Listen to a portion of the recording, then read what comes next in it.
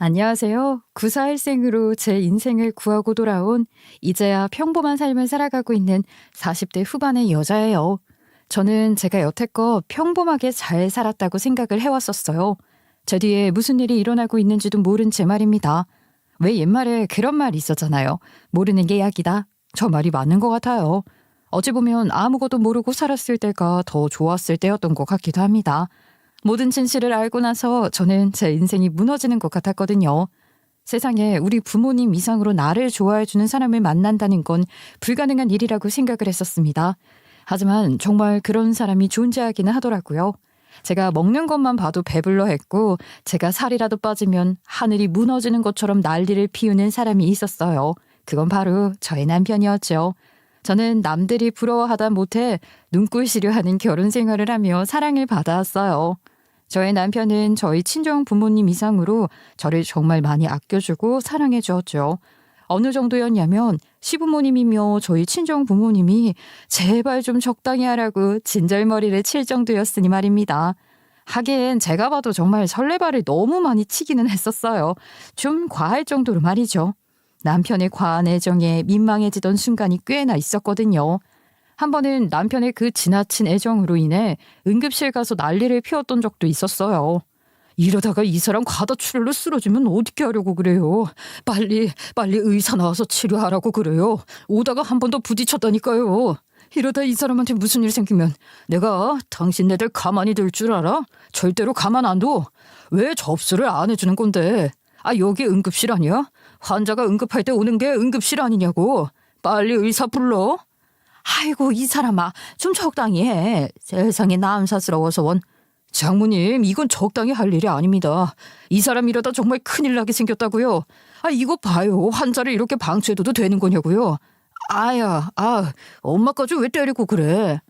내가 못 산다 못 살아. 어디서 이런 팔불출이 나왔나 몰라. 얼른 안 나와. 너 이러다 진료 방해한다고 큰일 나 이놈아. 얘가 대체 왜 이러는 거야. 너는 누구를 닮아서 이 모양이라니. 그만 좀 해라. 참 대단하다고 벌써부터 느껴지지 않으시나요? 저도 저희 남편의 저런 모습에 그저 당황스러웠었어요. 한 번은 시부모님 그리고 저희 친정 부모님을 모시고서 함께 저희 집에서 식사를 했던 날이었어요. 식사까지 기분 좋게 하고 나서 후식으로 함께 나눠 먹을 과일을 깎으려다가 사건이 발생했었죠. 과일을 깎아야 하는데 제가 모르고 그만 제 손을 같이 칼을 댄 거죠. 그런데 크게 다친 게 전혀 아니었어요. 중지 손가락 옆부분을 베어서 피가 좀 나기는 했었지만 꿰맬 정도도 아니었어요. 피가 좀 흐르는 정도? 하지만 손을 좀 감싸고서 손 위로 들고 있으면 지혈이 될 정도였죠. 그런데 남편이 그걸 보고서는 그 난리가 났던 거였어요. 아마 남들이 보면 제가 아예 손이 날아간 건 아닌가 싶었을 거예요. 다른 식구들 다 가만히 있는데 남편 혼자 저 난리였다니까요. 물론 그런 남편을 보면서 처음에는 저희 친정 부모님도 그렇고 시부모님도 그렇고 허허허 웃으셨죠. 자기 와이프 아끼는 모습이 얼마나 보기 좋아요. 하지만 멈출 줄 모르고 난리를 치는 남편은 저를 데리고서 기어코 응급실로 달린 거였어요. 아이고 아니 이 아들아 병원 갈 정도 아니야. 병원에서 받아주지도 않겠다. 그래 이서방 그냥 테일밴드로 붙이고 있으면 된다니까. 이서방. 시부모님이랑 저희 친정 부모님은 고비 풀린 망아지 마냥 날뛰는 남편을 말리려고 뒤따라 오신 거였어요. 저도 남편한테 한사코 괜찮다고 이야기를 했었죠. 이거는 망신살만 당하는 거라고 말렸는데도 남편은 응급실까지 가서 저 난리를 피고 말았어요. 그래야 속이 시원했나 봅니다. 거기 접수받는 사람들도 어이없어서 헛웃음을 짓더라니까요. 남편이 당장 숨 넘어갈 듯 가서 우리 와이프 큰일 났다고 피가 안 멈추는 것 같다고 해서 서둘러 달려나왔는데 고작 과일 깎다가 손가락 뺀 거니 그리고 오다가 부딪힌 것도 남편이 호들갑 떨다가 남편이 제 손을 친 거였거든요. 그거 가지고서 또 난리가 났다고 그 호들갑을 떤 거였어요. 온 식구가 말리고 병원에서는 소란 피우지 마셔라. 정말 위급한 환자들 치료한 다음에 하시는 게 맞는 거다 하는데도 남편은요 말이 통하지 않았죠. 내 눈에는 우리 집사람이 제일 위급하다고. 당신들 내가 지금 장난하는 걸로 보여? 이러다 사람 잘못되면 과다출혈로 죽으면 당신이 책임질 거냐고. 여보 그만 좀 해. 그만 좀 하라니까. 나보다 위급한 사람들이 여기 천지야. 당신은 왜 이렇게 사람이 물러 터졌어? 이 와중에도 다른 사람 생각하냐? 지금 당신이 제일 중요한 거야. 아우, 저는요, 나중에 가서는 저 인간이 저를 물먹이려고 하는 건가 싶었다니까요. 결국 제가 거기서 버럭 소리를 질러버렸죠. 해도 해도 말이 안 통하는 인간, 아주 개망신이라는 망신은 다 시키고 있는데 그걸 어떻게 가만히 두고 보겠냐고요. 남편 머리통을 퍽 하고 때렸어요. 좀 적당히 해라, 적당히. 아, 여보, 난 당신 생각해서 그러는 거잖아. 생각하면 좀 입 좀 다물어. 남들이 보면 웃어. 당신 뭐 일부러 그래? 내가 괜찮다고 했잖아. 아, 정말 창피하게 왜 이래. 아, 됐고 빨리 나와. 평소에 조근조근 이야기하기로 유명한 저인데 전날은 제가 남편의 호들갑에 질려버려서 화를 냈었죠. 물론 남편의 저런 지극정성인 저에 대한 사랑의 친구들이며 가족들은 그래도 좋은 거라고 했어요. 남편이랑 사이 안 좋은 것보다 100배 1000배 좋은 거 아니냐고 말이에요. 맞아요. 저도 그렇게 생각했어요. 그래서 늘 우리 나이 들어서 죽을 때도 한날 한시에 같이 떠나면 좋겠다라고 말하는 남편의 말에 나도 라고 이야기를 했었죠. 저 역시도 그런 남편에게 고마웠고 우리가 잘 만난 천생연분 부부라고 생각했었어요. 하지만 하늘은 저희 부부가 사이 좋은 걸 질투했었나 봐요. 뜻밖의 시련을 제공했죠. 이게 말이 돼요? 사람이 실종된 것 같다고 하는데 대체 무슨 기간이 필요한 건데요? 하루든 이틀이든 내 남편이 연락도 안 되고 집에도 안 들어왔다니까요. 당장 위치 추적 좀 해달라고요. 하고 있다고 말만 하지 말고요. 아이, 그러니까 현재로서는 출장 다녀오신다고 하고 나간 거고 따로 위치 추적이 쉽게 되는 게 아니에요. 저희도 정말 많이 노력하고 있습니다. 노력을 얼마나 했는데요. 더해요 그러면. 제발 좀 부탁드릴게요, 선생님. 저희 남편 좀 찾아주세요. 제발 좀 찾아주세요. 평소와 다름없이 기분 좋게 아침을 먹고 출장용 가방을 들고 평소처럼 인사를 건네고 출장을 간다고 집을 나섰던 남편은 마치 증발을 해버린 것처럼 온데간데 없이 실종이 되고 말았죠. 참 믿기지 않은 일이었어요. 출장에 가다가 돌아오기로 했던 날에 집에 돌아오지 않았으니까요. 그날 하루는 기다려봤었어요. 혹시나 해서 말이죠. 그런데 그 다음 날에도 또 그 다음 날에도 남편은 연락도 되지 않았습니다. 그래서 곧장 남편 실종 신고를 했죠. 실종 신고는 바로 접수가 되었는데 위치 추적이라는 건 그렇게 쉽게 바로 되는 게 아니더라고요. 물론 경찰분들이 정말 노력을 해주셨죠. 하지만 당시에는 저도 남편한테 무슨 일이 생긴 건 아닐까 하는 불안한 마음에 그게 다랬기에 미친 듯이 소리를 질렀던 것 같아요.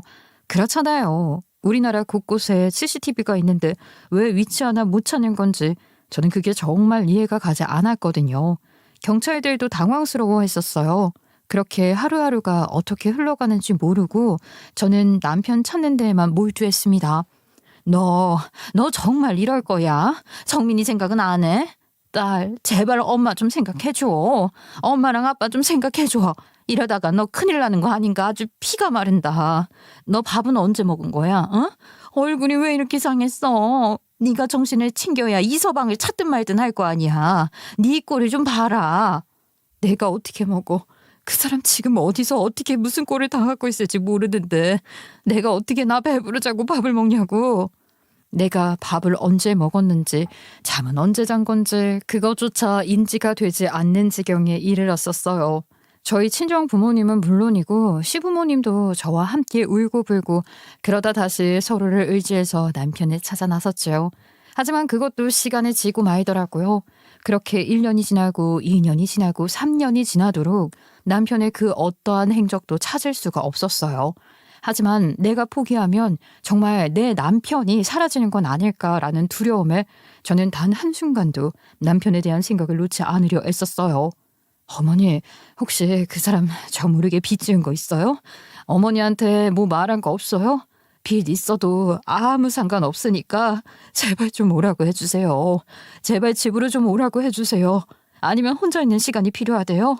그래도 어머니한테든 아버님한테는 연락을 했을 거 아니에요. 이렇게 온 가족 아무한테도 연락 하나 없이 사라지는 건 이건 말이 안 되잖아요. 예, 성민 엄마야. 이제 그만하자. 응? 우리 이제 그만해. 이렇게 마음고생하면서 어떻게 살 거야? 너 성민이 생각은 안 하니? 네가 이렇게 무너져 버리면 성민이는 어쩌려고? 아가, 우리 이제 그만하자. 그만해. 이러다 우리까지 큰일 나겠어. 어머니, 어머니, 어머니 지금 무슨 소리 하시는 거예요? 그 사람 살아있어요. 그냥 뭐가 자기 심적으로 뭐가 힘들어서 혼자 쉬고 싶어서 숨어 있는 걸 거라니까요. 왜 어머니가 그렇게 말씀을 하세요?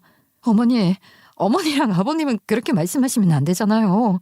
다른 사람들이 다 성민 아빠 잘못된 것 같다고 제사라도 지내주라고 하는 거 그거 제가 다 절대 아니라고 하고 다니는데 어머니가 이러시면 어떻게 해요?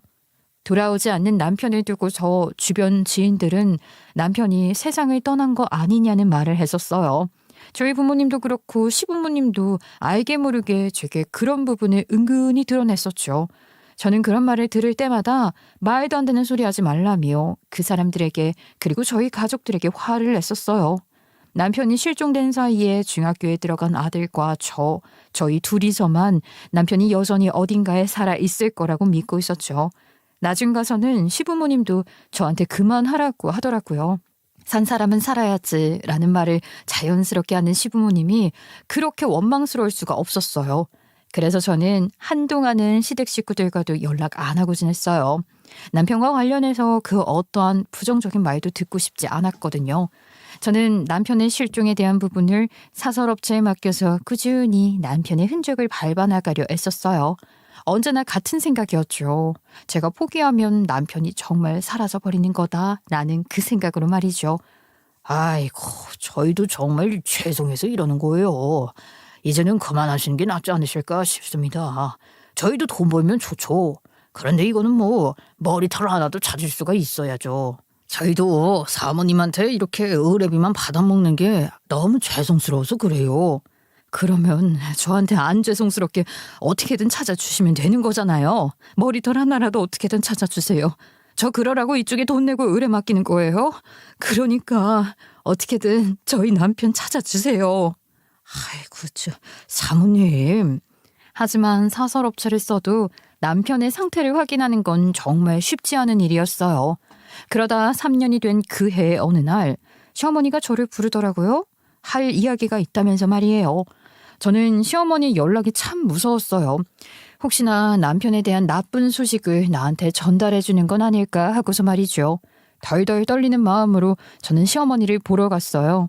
수척해진 저와는 다르게 시어머니는 그래도 얼굴 참 좋더라고요. 그래서 다행이라고 생각을 했어요. 나이 든 시어머니마저 저처럼 수척해지셨다가는 큰일이 날지도 모르는 일이니까요. 얼굴에 윤기가 좌르르 흐르는 시어머니는 제가 자리에 앉자마자 저한테 웬 서류를 내밀었어요. 그리고 뒤이어 나온 시어머니의 말에 저는 할 말을 잃을 수밖에 없었죠. 이혼하자, 성민 엄마야. 성민 아범 그 녀석 살았는지 죽었는지도 몰라. 그런데 너는 아직 젊잖냐. 남의 집 귀한 자식 갑자기 하늘로 솟은 건지 땅으로 꺼진 건지 모르는 내 아들놈 기다리게 하다 인생 날리게 하고 싶지 않다. 실종되면 이혼 소송으로 들어가야 한다고 하더라. 나랑 너희 시아버지 둘 다 너 놔주고 싶어. 우리는 이혼 소송 할 것도 없지 않겠냐. 아가, 너도 네 인생을 살아. 우리가 너무 마음이 무거워서 그래. 어머니, 그게 무슨 말씀이세요? 제가 왜 이혼을 해요? 제가 왜 이혼을 해요? 너 생각해서 그러는 거야, 이거사. 이거는 아니지 않냐. 벌써 3년이나 지났어. 갑자기 실종된 그 녀석 찾겠다고 네가 얼마나 고생을 했어. 나 다른 건 몰라도 사돈들 보기 미안해서라도 너 이혼시키련다. 시어머니는 저한테 이혼을 하라고 했어요. 이유는 여러분이 방금 들으신 내용 그대로였죠. 시어머니는 갑자기 실종된 당신네들 아들 찾겠다고 점점 피폐해져가는 제 모습을 보면서 죄책감을 느끼셨다고 했습니다. 그러면서 한다는 말이 자기네들 그냥 먹고 살 만큼 아들 몫으로 재산 나눠달라고 하더라고요. 저희 아들 양육권은 저보고 가져가라고 했죠. 중학생 아들한테 양육비를 줘야 하는 거 아는데 자기네들이 정말 가진 게 없다면서 그건 좀 이해해달라고 하더라고요. 그건 저도 알고 있었어요. 시댁 형편이 좋지 않다는 걸 말이에요. 아주버님네가 형편이 안 좋아서 오히려 시댁에서 돈을 빌려가며 살았거든요. 저희 집은 남편은 평범하게 직장 다녔고 제가 사업을 하는데 그것 때문에 조금 먹고 살만 했었어요. 저는 저 당시에는 돈을 얼마를 나누고 이런 걸 떠나서 시부모님이 저한테 이혼하라고 하는 게 그렇게 미안하고 서럽더라고요. 어머니, 그래도 이건 아닌 것 같아요. 저 그 사람이랑 이혼 못해요. 제가 어떻게 우리 성민 아빠랑 이혼을 해요? 성민 아빠가 차라리 다른 여자라도 만나서 아니면 그냥 제가 싫어져서 그 사람이 저한테 직접 이혼하자고 하는 거면 하죠. 그런데 지금 그 사람 어디서 어떻게 고생하고 있을지 모르는데 제가 어떻게 그 사람을 포기해요? 포기하라는 게 아니야. 포기하라는 게 아니라 우리가 너한테 부탁하는 거야. 너한테 미안해서. 성민 엄마야. 나라고 너 이렇게 놓는 게 쉬운 줄 아니? 나도 그렇고 너희 시아버지도 너같이 좋은 며느리 놓치기 싫어. 그런데 네 인생 생각하면 이게 맞는 거야. 이혼하자. 이혼해. 저런 시어머니의 말에 마음이 너무 아팠어요. 저한테 저런 이야기를 하는 시어머니의 마음이 오죽할까라는 생각에 그게 더 마음이 아팠죠. 그래서 이혼 서류를 찾고서 아무 말도 못하고 눈물만 흘리고 있었습니다. 그런데 그때 제 핸드폰이 울리는 게 아니겠어요? 문자가 오더라고요. 그냥 무시해야지 하는데 자꾸만 눈길이 갔어요. 눈물을 닦고 핸드폰을 열어 제게 온 문자 내용을 봤는데 저는 그 문자를 보고는 달달 떨리는 손으로 시어머니한테 제 핸드폰을 내밀었어요. 정말 달달달 떨려서 그 떨리는 게 눈에 보일 정도였거든요. 이광화 112345678900 딱콩아 올 때 커피 좀. 저한테 온 건 남편 이름, 남편 주민번호, 그리고 남편이 저를 부르던 애칭으로 커피를 부탁하는 문자 내용이었어요. 시어머니는 제가 내민 문자를 보더니만 제 폰을 빼앗더라고요. 그리고는 저한테 태연하게 말을 하더라고요. 후다닥 핸드폰을 빼앗아 가던 그 모습과는 상반되게 말입니다. 너 사설업체에 돈 뿌리면서 이런 문자 받은 거냐? 그런 놈들 너한테 더는 돈 못 뜯을 것 같으니까 우리 광아인 척 이렇게 문자 보내는 거 아니야. 너 이런 걸로 흔들리지 말아라. 그냥 없는 사람 치고 이혼하고 네 인생 살아. 서류 작성해서 나한테 보내라. 너 그동안 할 만큼 했다. 그만해. 어머니 이거 그 사람 맞는 것 같아요. 보이스피싱하는 사람들이 그이가 저한테 어떻게 불렀는지 그런 것까지 어떻게 알겠어요? 어머니. 왜 몰라 왜? 사돈의 팔촌 이름까지 알아내서 돈 뜯어내는 놈들이 그런 놈들이야. 쓸데없는 기대 갖지 말고 이혼서류나 작성해서 보내. 나 간다. 시어머니는 그 문자가 별거 아닌 거라며 제게 저리 말하고는 휙 나가버렸어요. 나중 가서는 화를 내는데 그게 평범하게 보일 리가 없었죠. 여러분이 보시기에도 이상하지 않나요? 저 역시 전날 저 자리에서 그런 느낌이 들었어요. 직감적으로 뭐가 이상하다는 그 느낌 말이죠. 저는 이혼 서류를 던지듯이 제게 주고 떠난 시어머니가 나가자마자 제게 문자를 보내온 번호로 곧장 전화를 걸었어요. 하지만 전화를 걸어보니 없는 번호로 나오더군요. 어쩌면 당연한 거라는 생각도 들었지만 3년여 만에 처음 밟힌 남편의 흔적을 무시할 수는 없었기에 저는 무작정 시댁으로 향했어요. 시어머니를 다시 설득해보려고 말입니다. 그렇게 미친 듯이 달려가서 도착한 시댁은 남편이 떠나기 전 우리 부부가 수시로 들락날락했던 그 모습 그대로였어요. 저희 시댁은 개인주택이었거든요. 빨간 벽돌로 된 주택 아시죠? 전형적인 그런 집이었어요. 저는 차에서 내리자마자 직진만 할 수 있는 사람인 것처럼 쏜살같이 시댁으로 들어갔어요. 그러고 나서 저는 그대로 주저앉아 버리고 말았죠. 너 당신 여기서 뭐 하는 거야? 혜란아. 시댁 문을 열고 들어서니 그 안에 남편이 있었습니다. 3년이 넘도록 실종 상태라고 했던 제 남편이라는 인간이 말이죠. 심지어 그 인간 내 입바람으로 시댁 거실 한가운데에 누워 있었어요.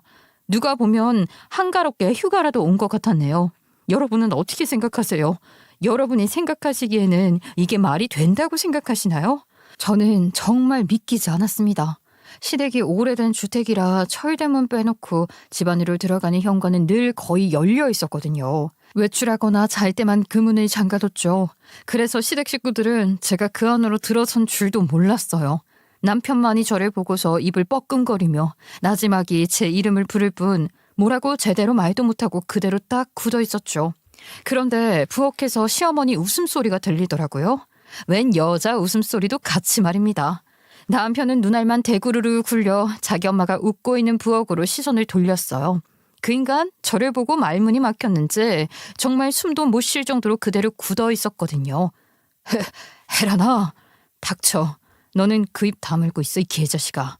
저는 뭐에 홀리기라도 한 사람처럼 그 부엌 가까이 들어섰어요. 그리고 시어머니가 하는 소리를 들었죠.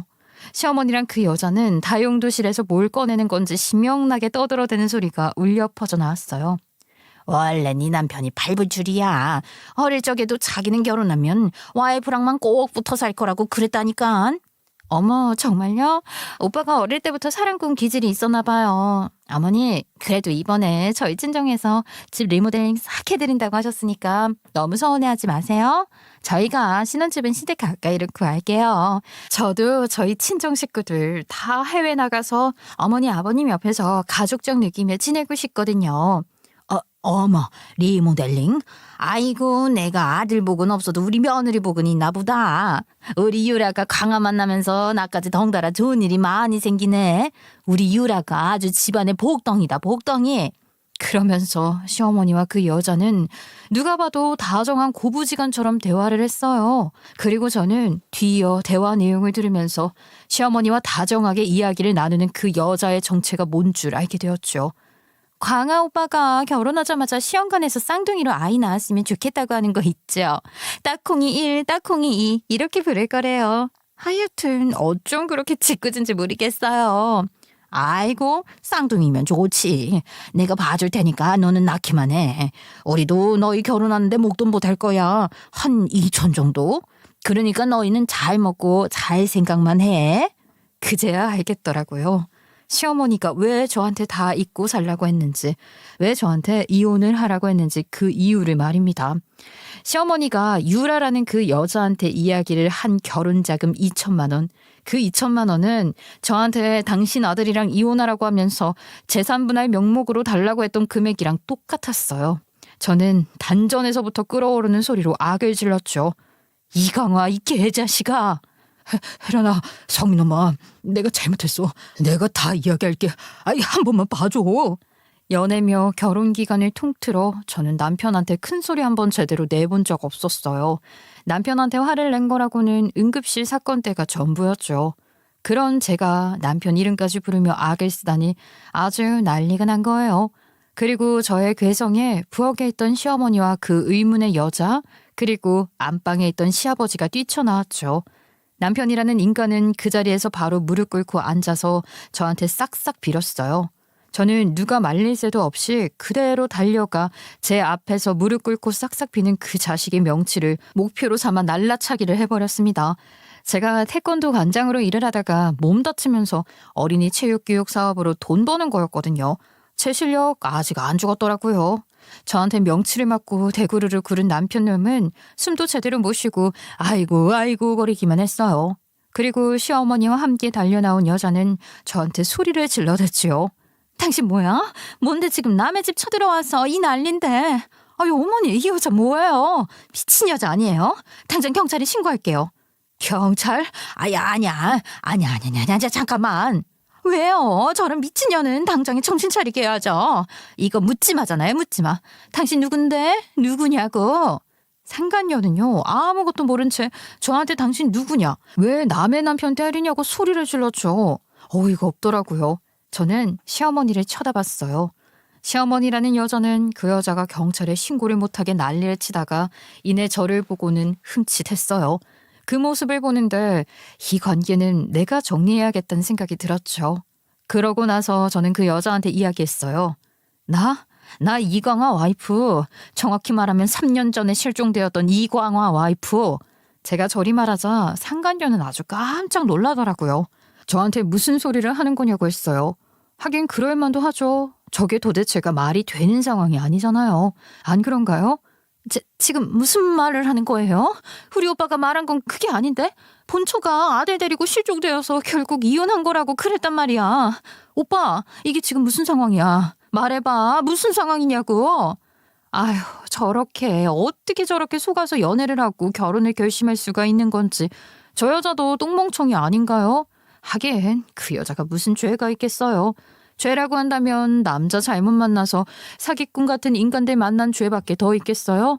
미친 시댁 인간들을 자기 아들이 아니라 저를 실종된 여자로 만들었다는데 저는 참 충격을 받았습니다. 하다 내 아들까지 실종된 아이로 만들어버렸다니 그 순간부터는 그 인간들이 사람으로 안 보이더라고요. 예, 혜란아. 일단 나가서 이야기하자. 우리 일단 나가서 얘기해. 이게 지금 무슨 일이야, 응? 지금 어디다 손을 대요? 손 안 치워? 어디다 손을 대냐고. 하다 내 새끼까지 실종된 걸로 몰아가. 그게 손주를 두고 할 일이야? 할 짓이냐고 그게. 시어머니는 그 와중에 저를 데리고 나가려고 했어요. 나가서 이야기하자고 말이에요. 저는 그 와중에 의아하더라고요. 그래서 시어머니 손에 뿌리치고 상간녀한테 물어봤어요. 이 인간이랑 대체 얼마나 만났고 어떻게 지낸 거냐고 말입니다. 솔직히 이해가 안 되잖아요. 어떻게 그 인간이 제 눈에 단 한 번도 띄지 않을 수 있었는지 말이에요. 상간녀의 이야기를 들어보니 남편은 애초에 출장을 갔던 게 아니었어요. 그 상간녀랑 같이 해외로 나갔었던 거더라고요. 그러니 한국에서 찾을 수가 없었던 거죠. 이 사람이 저희 아버지 사업해오고 싶다고 해서 아예 결혼 전제로 우리 양가 부모님한테 4년 전에 허락 받고 나서 같이 해외 나가서 지냈어요. 그런데 내가 이걸 그쪽한테 왜 설명을 해야 하는 건데요? 4년 전? 그래, 4년 전. 4년 전에 우리 이미 양쪽 어른들한테 허락 다 받은 상황이었어.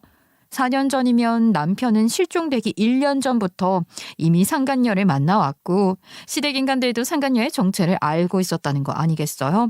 그러면서 그렇게 영악하고 추잡하게 저를 속이고 제 앞에서 연기를 했다는 그 사실에 온몸이 부들부들 떨렸어요.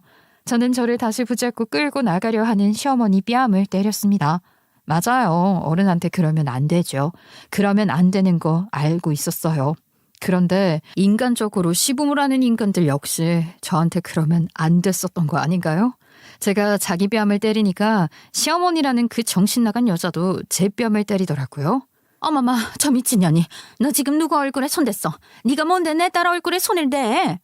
장모님, 장인어른. 누가 네 장인이야? 이 썩어 문드러질 놈아. 누가 네 장인이야?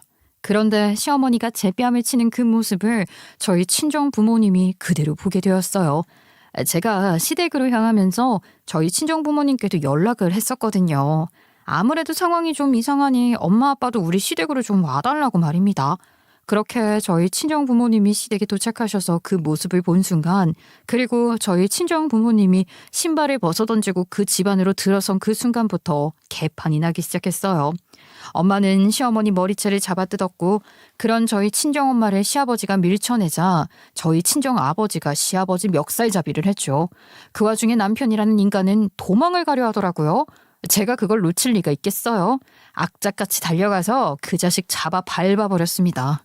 저한테 밟히던 그 인간도 버럭하더라고요. 지가 무슨 할 말이 있어서 그러는지는 모르지만 말이에요. 저는 그 버럭하는 남편놈 주둥이를 퍽 하고 때렸어요. 네가 무슨 할 말이 있는데 내가 나랑 우리 성민이가 그 몇 년을 어떻게 살았는지 네가 알기나 해? 그런데 너는 여기 누워서 놀고 먹어? 그리고 뭐? 결혼을 해? 제정신이 아니구나 네가. 야야, 너 깡패야? 이 정신 나간 여자가 어디서 사람한테 손을 함부로 대? 사람? 네가 사람이야? 네 식구들이 사람이야? 네가 사람이면 이러면 안 되는 거지. 네 부모들이 사람이었으면 이딴 짓 하지 말았어야지. 인간 아닌 것들한테 뭐하러 인간 대접을 해줍니까? 두들겨 패고 욕하고 뭐 난리도 아니었죠. 결국 그 난리통에 경찰이 왔어요. 경찰에 신고를 한 건 남편놈이 결혼하려 했던 그 여자 상간녀가 경찰에 신고를 한 것이었죠. 그리고 경찰이 오고 나서야 모든 사건의 진실을 알게 되었어요. 일단 남편은 실종되기 전부터 그 여자를 만나고 있었던 건 확실했죠. 그 여자한테는 저랑 저희 아들이 실종된 상황이라고 속인 것도 사실이었고요. 참 웃기죠. 실종 기간이 3년이 지나야 이혼도 할 수 있거든요. 그 인간이랑 시부모는 그걸 노린 거였어요. 남편놈이 만났던 그 여자 집안이 꽤 사는 집안이었더라고요. 상간녀 쪽 부모가 나이 먹은 딸내미 시집 안 가서 골치였는데 결혼만 하면 시부모한테 가게도 하나 내준다고 하고 남편한테는 사업체 준다고 했었답니다. 그걸 듣고서 그 집안 인간들이 저랑 제 아들을 자기네들 인생에서 지우려고 한 거였죠. 그런데 거짓말의 끝이 좋을 리가 있겠어요? 절대 좋을 리가 없었죠. 그렇게 말도 안 되는 짓을 했는데 그 인간들 결과가 좋으면 그건 정말 신이 없는 거잖아요. 아니면 제가 신한테 죽을 죄를 지은 상황이던가요. 그런데 저는 하늘 우러러 죽을 죄 지은 적 단 한 번도 없었거든요. 죽을 죄를 진 건 남편놈과 그 시댁 인간들인 거죠. 당신 참 대단하다. 너 내가 그래도 내 이성 붙잡으려고 너한테 당신이라는 이 그딴 호칭해 주는 거니까 혹시라도 착각하지 마라. 네가 사람이니? 나는 지금 너랑 대화하고 있는 이 순간도 내 인생이 너무 아까워 알아? 그런데 뭐? 그 여자한테 차이고 나니까 이제 와서 다시 뭘 어떻게 해보자고? 야, 네가 진짜 사람이니? 아니, 생각이라는 건 하고 사는 거야. 너랑 네 부모들 다 뇌란 걸 갖고 있는 인간들인 거니? 그러니까 내가 지금 이렇게 찾아서 잘못했다고 하는 거잖아. 내가 정말 잘못했어. 당신이 나한테 무슨 말을 한다고 해도 장인어른이랑 장모님 나한테 무슨 말을 하셔도 나 할 말 없는 놈인 거 알아. 그런데 나도 내 나름대로의 이유가 있었던 거야. 이유? 대체 무슨 이유? 돈 욕심 나서 눈먼 거? 그깟 돈 때문에 네 부모들이나 너나 양심 팔아먹고 처자식 버린 거? 대체 무슨 이유? 어디 한번 드러나 보자. 뭐 얼마나 대단한 이유길래 네가 나한테 이렇게 뻔뻔하게 이유가 있었다고 개소리를 짓거리는지 그 이유나 한번 들어보자고. 남편이라는 인간은 제가 나타남으로 인해 상간녀한테 대차게 차였지요. 그러고 나서 상간녀와 상간녀 가족들한테 혼인 빙자 사기로 고소까지 당한 상황이었죠. 그러니까 저한테 다시 찾아오더라고요. 자기 받아달라고 말입니다. 저게 사람인가요? 저건 사람 아닌 거죠. 안 그런가요? 그 인간이 저한테 이혼 서류 도장 찍겠다고 해서 저를 불러놓고서는 다시 만나자는 소리를 하는데 정말 온몸에 피가 거꾸로 솟는 기분이더라니까요. 그러면서 그 순간에도 진정성 있는 사과는커녕 자기가 다 이유가 있었다는 핑계를 대려 하더군요. 정말 없던 정까지 떨어졌죠 뭐. 그 이유가 뭐였는 줄 아세요? 그래, 순전히 100% 나만 생각했어. 그런데 솔직히 혜란아, 나 너랑 결혼하고 나서 열심히 일만 했잖아. 성민이 태어나고 나서도 정말 일만 했어. 그런데 그러면서 유라 알게 되었는데 유라랑 있을 땐 오로지 유라랑 나를 위해서만 돈을 쓰고 시간을 쓰는데 그때 내가 정말 오랜만에 나 살아있구나 라는 생각이 들더라. 내가 좀 살고 싶어서 그랬어. 나도 살고 싶었다고. 내가 평생 당신 남편 성민이 아빠로만 살아야 하는 건 너무 슬픈 일이잖아. 그게 네가 말하는 전부야? 네 변명 다 했니? 내가 네 변명에 대답을 뭐라고 해줘야 하니? 그랬구나. 당신 참 힘들었겠다. 이래야 해? 그렇게 따지면 나도 성민이 내팽개치고 내 인생 살아보겠다고 이놈 저놈 만났어야 하네. 맞아? 야, 정신 차려. 그렇게 네 인생만 챙기고 네 인생만 살아보겠다고 살고 싶었어? 그러면 너는 결혼을 하지 말았어야지. 자식을 낳지 말았어야지. 아니야? 네가 선택한 걸 왜 남한테 탓을 해? 미친 인간. 그럴 거면 결혼도 하지 말고 애도 낳지 말았어야죠. 아닌가요?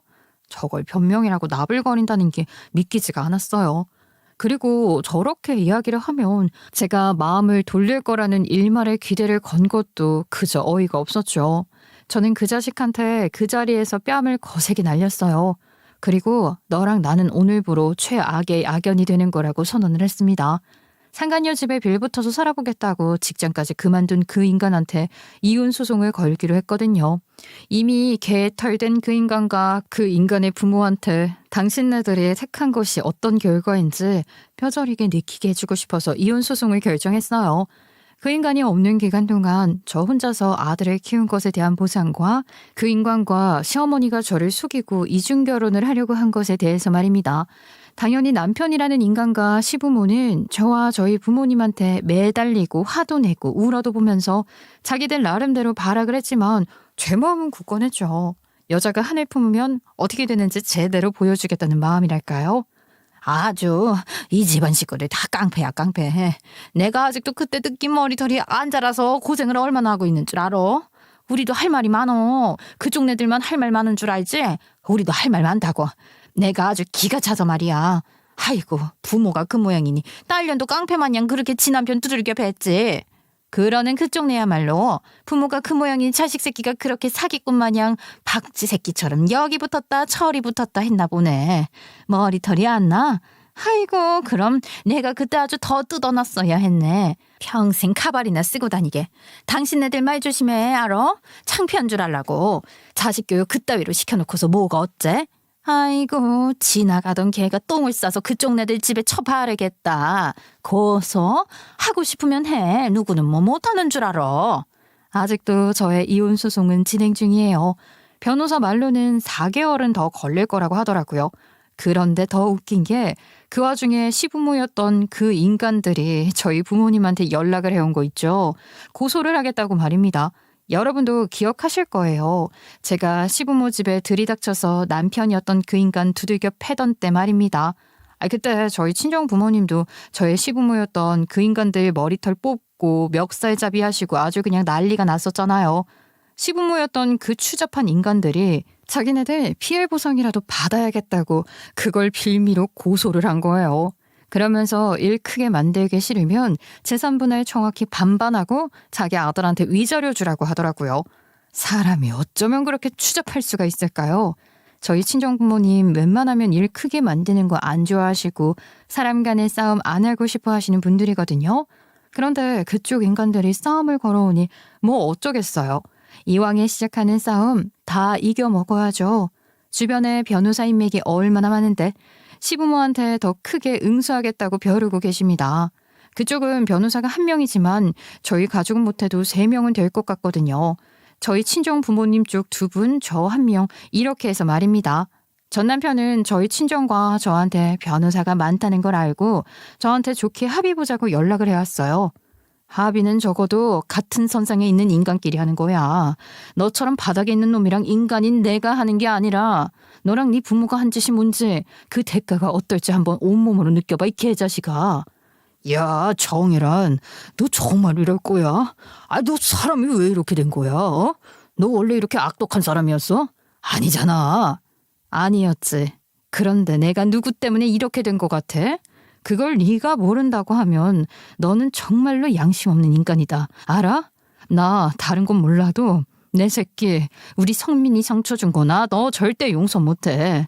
그러니까 되지도 않는 개수작 부릴 생각하지 말고 꺼져. 아니면 네 변호사라도 1명 더 구해보던가. 맞다. 너 개털이라 대출받아서 변호사 선임한 거지? 그나저나 너 그 대출금은 또 어떻게 갚으려고 무리를 했더니 너나 네 부모나 참 멍청한 인간들은 확실한 것 같다. 저는 네가 지금 하는 건 계란으로 바위 치는 거라고 말을 해줬어요. 그리고 전 남편한테 저리 말하고 꺼지라고 했어요. 앞으로 모든 이야기는 제 변호사를 통해서 하라고 말입니다. 이혼 소송 기간은 아직 남았지만 보나마나 제가 원하는 방향으로 흘러갈 것 같아요. 그래서 현재 저의 아들은 유학을 준비하고 있어요. 아들아이가 떠나고 싶다고 했거든요. 저희 친정언니가 있는 미국으로 보내려고요. 아이도 유학을 원하고 제가 생각해도 그게 아이를 위해서 좋을 것 같아서 말이죠. 너 또 뭘 한 거야? 성민이를 유학 보내? 누구 맘대로 내 새끼를 유학을 보내? 나도 성민이 아빠야. 나한테도 성민이 일에 관여할 자격이 있다고. 그리고 걔가 어릴 적부터 간 것도 아니고 지금 중학생 나이에 유학 가서 적응이나 잘할 것 같아? 너는 엄마라는 여자가 그렇게 생각이 없냐? 네가 무슨 자격이 있는데 성민이 아빠? 아이고 성민이 아빠라는 소리가 네 그 주둥이에서 참 잘도 나온다. 여전히 뻔뻔하네. 야 참 그것도 재능이다. 안 그러니? 내 새끼 일은 내가 알아서 해. 너는 유라인지 구라인지 아는 그 어린 년 만났던 순간부터 성민이 아빠 자리 포기한 거야. 나중에 애 유학비나 제대로 보내. 알겠어? 내가? 내가 왜 유학비를 줘? 내가 그 유학 보냈어? 나는 죽어도 유학비 못 보내. 알겠어? 네가 보낸 거면 네가 알아서 유학비를 대던가 하라고. 진짜 웃기지도 않네 진짜. 하여간 말이 앞뒤가 안 맞아요. 자기도 애 아빠라고 하던 놈이 애 유학비 내놓으라고 하니까 바로 선 긋는 거 있죠. 하지만 저는 포기하지 않죠. 물론 전 남편한테 아이 유학비에 대한 양육비도 청구했어요. 어디 그놈의 돈에 눈이 멀어서 자기 처와 자식을 버리려고 한 대가를 제대로 받아보라고 해야죠. 사필 규정이 뭔지 제대로 보여줄 거예요. 정말 피눈물을 흘릴 정도로 말이에요. 이혼 소송에 대한 결과가 나오면 뒤이어 이곳에 사연을 보내 여러분께 알릴게요. 이야기를 마치면서 질문 한 가지 남기고 싶습니다. 이혼을 하고 나서 전 남편이 개차반 같은 놈이라고 해도 아이가 나중에라도 아빠가 보고 싶다고 하면 보여줘야 하는 건지 그게 고민이 되네요. 그 인간 아이한테 좋은 영향을 줄 인간이 아니니까요. 혹시 저와 같은 경험을 하신 분이 계시다면 꼭 조언 부탁드릴게요. 현명한 엄마로 살아가고 싶거든요. 그럼 조언 부탁드리며 제 이야기를 마치겠습니다.